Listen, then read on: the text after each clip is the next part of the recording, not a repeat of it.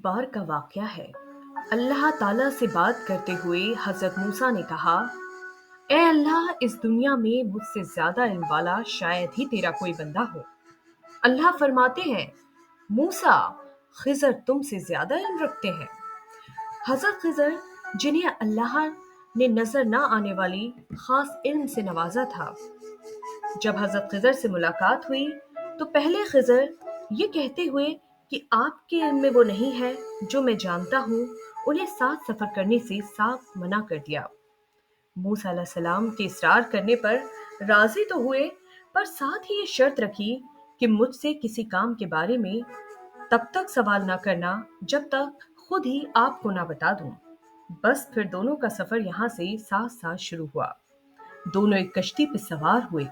جب کشتی دریا کے بیچوں بیچ تھی، تبھی خضر علیہ السلام نے تھیلے سے ایک ہتھوڑا نکالا اور کشتی کے 2-3 تختے توڑ کر الگ کر دیے۔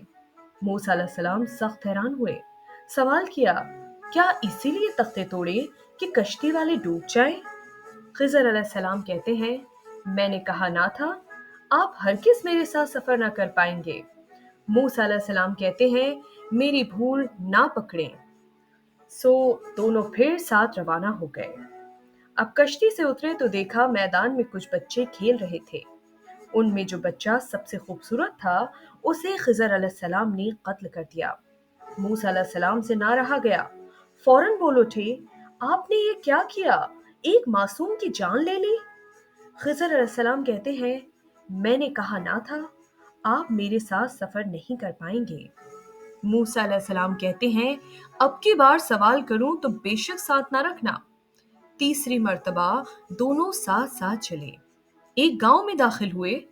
گاؤں والے کنجوس اور بخیل تھے، سو دونوں کی مہمان نوازی سے صاف انکار کر دیا، یہاں تک کہ کھانے کو بھی نہ پوچھا۔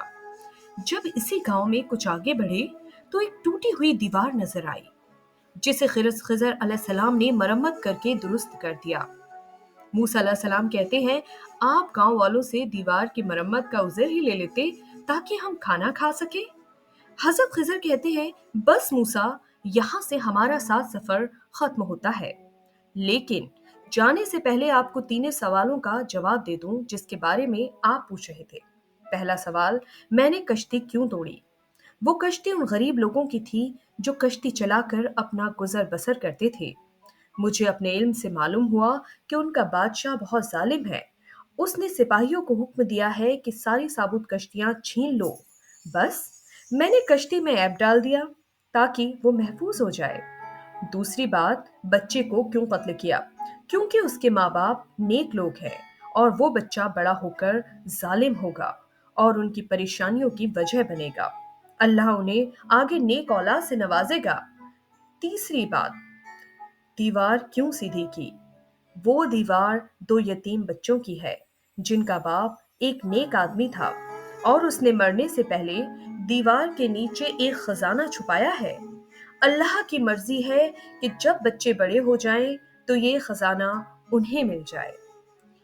ان واقعوں سے ایک بات معلوم ہوتی ہے، اللہ کے ہر کام کے پیچھے ایک مصلحت ہوتی ہے جو نظر نہیں آتی۔ بظاہر لگتا ہے کہ کچھ برا ہو گیا، لیکن در حقیقت ہر کام میں، اللہ کے ہر ایک کام میں صرف بھلائی ہوتی ہے۔